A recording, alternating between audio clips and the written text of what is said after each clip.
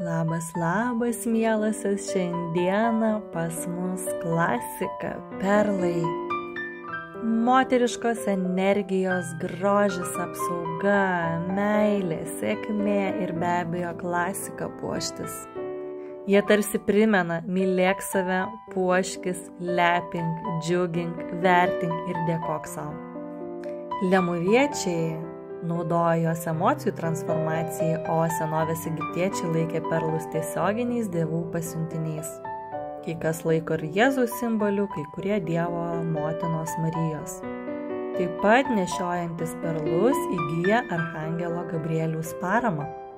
O Kinijoje buvo gaminami meilės gėrimai ir taip pat perlais buvo gydomos įvairios ligos. Be abejo, anksčiau tai buvo tik kilmingųjų ir turtingųjų privilegija turėti ir nešioti perlus. Šie nuostabūs, natūralūs perlai pritrauks meilę, pinigus, apsaugą bei sėkmę į tavo gyvenimą. Taip pat jie apsaugo ir nuo gaisrų ir saugo motinystę, gydo nuo nevaisingumo, garantuoja sėkmingą nėštumą ir patį gimdymą.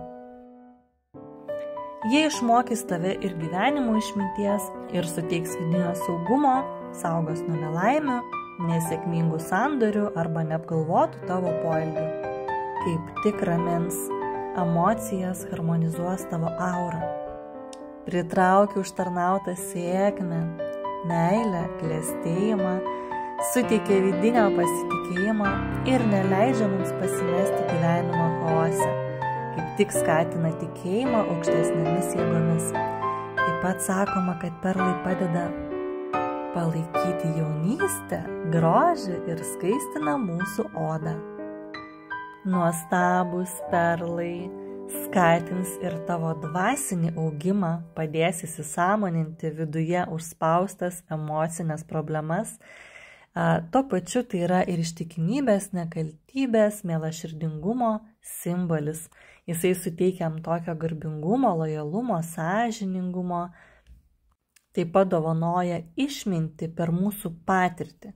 Nuostabus, nes mažins nervingumą, padės priimti meilę, paspartins karmos dėsnius, tvirtai jisai sujungia poras. Taip pat padeda suprasti tikrai savo pašaukimą ir suteikia pasitikėjimo savo jėgomis ir tikėjimo visatos pagalba. Visada tai prisiminkit. Ir būtent baltieji perlai tai yra moteriškojų mūsų savybių sustiprinimas.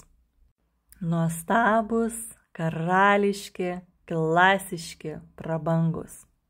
Šildo, traukia, įsimylėjai, rezonuoja, rašyk Mėnulio magiją, nes Mėnulio magija naujai tavo pradžiai ir kiekviena apyrankė bus įkrauta asmeniškai tau su meditacija.